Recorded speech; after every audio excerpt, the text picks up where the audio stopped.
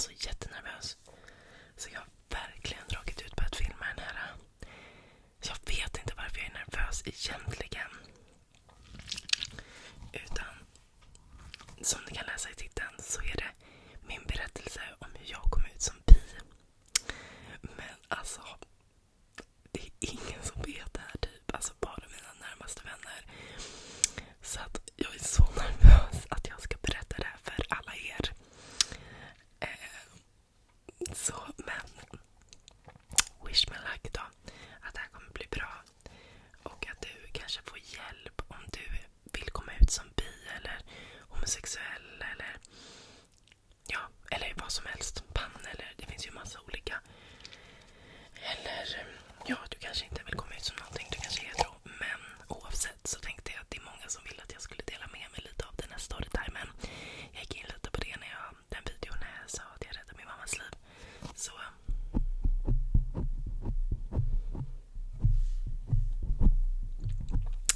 i alla fall. Let's start. Den är ganska lång. Alltså jag pratar ju snabbt så det kanske går snabbt. Men jag kan berätta lite backstory också. Så jag tror typ alltid att jag har vetat att jag har dragits till tjejer också. Men det av någon konstig anledning så är samhället inte alltid accepterat det. Och inte accepterat att man gillar samma kön. Och det skapar ju mycket rädsla i alla fall. Det skapade mycket osäkerhet och rädsla. Och jag kände typ att det var någonting fel på mig. Att jag inte dög som jag var. Att det är liksom Gud har skapat mig på fel sätt. Jag vet att det här låter jätteförolämpande idag. Men det här är ju mina tankar som jag delar med mig nu. Och jag kände mig liksom... Alltså vi får se om jag postar den här videon. Gud, jag är så... Okej. Det har skapat mycket ångest där. Alltså att, inte just den här att jag ska spela in videon, men... Ja, det låg piper lite. Jag vet inte om ni hör det. Jag hör det. Men i alla fall. Jag måste komma till saken. Och det har skapat mycket ångest där. Att jag kände mig annorlunda. Men det var ingen som visste att jag kände så här. Det var ju väldigt low-key. Och jag kände väl där hela min uppväxt egentligen. Men när man är liten så är det liksom svårt. Och nu tar jag lite softboken. Det är lite svårt att sätta ord på vad man tycker om. Alltså, det är svårt att veta vad kärlek är och vad attraktion är. Så att det var väl bara en känsla jag hade. Men det var ju svårt att veta exakt.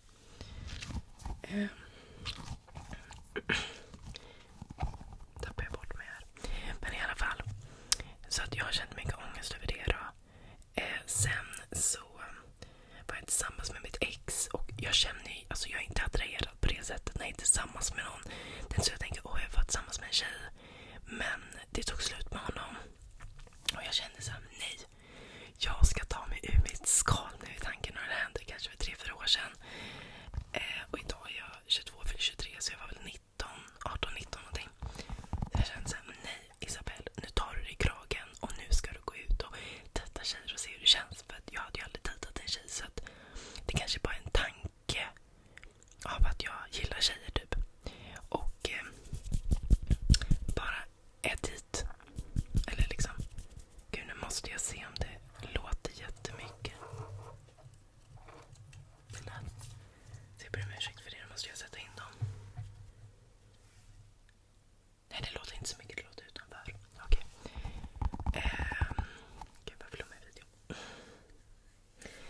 Okej. Så jag kände i alla fall, jag måste komma ut ur mitt skal och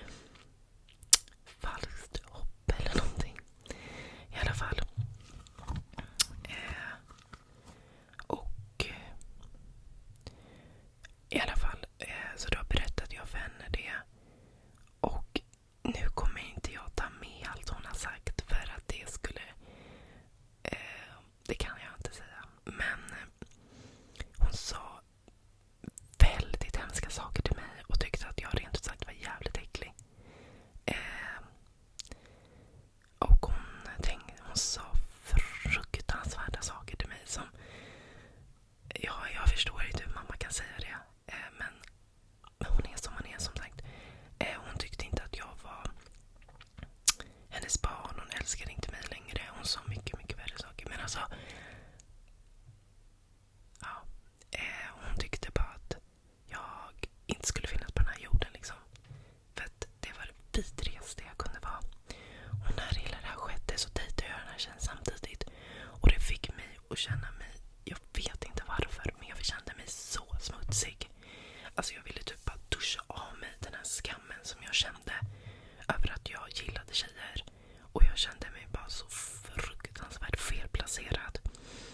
Och jag blev så förvirrad över att mina föräldrar inte kunde acceptera mig. Och då tänkte jag, nej men det här är säkert fel. Jag känner inte så här, nej det är bara konstigt det här. Det är inget för mig. Jag ska bara gilla killar, du vet. Det blev så mycket tankar. Det är svårt att göra lite ljud när det är en seriös video. Men det blev bara så otroligt mycket tankar. Och som svävar i mitt huvud. Så när jag gick på dejt med henne så kände jag bara, jag tror inte att det var rätt. Vi är kompisar än idag. Hon har en fantastisk tjej och de är förlovade och allt sånt där. Så jag är jätteglad för hennes skull. Och vi är kompisar än idag. Vi har träffats flera gånger. Men jag tror att det var mer en kompisrelation. Men hon fick mig typ öppna ögonen lite och våga. Och än idag, nu ska jag berätta en privat grej. Jag har faktiskt inte gjort någonting så här sexuellt. Jag har kysst och sånt. Men jag har inte gjort någonting. Och då är det många som bara, kan du veta att du är bisexuell? Ja, men alltså det är en känsla man känner ändå liksom. Hur vet man att man är hetero om man inte har legat med en kille liksom? Det är typ samma. Så det är bara dumt. Men när jag kom ut och berättade för mina kompisar efter det här så var jag så jävla ledsen. Och jag mådde fruktansvärt dåligt. Så då hörde jag mig till mina kompisar och sa, ja jag förstår dem. Alltså idag är det ofattbart att jag sa så. Men jag förstår om ni inte vill vara mina kompisar. Men jag känner att jag är bisexuell och jag dejtar en tjej just nu. Och wow. Jag blev helt rörd.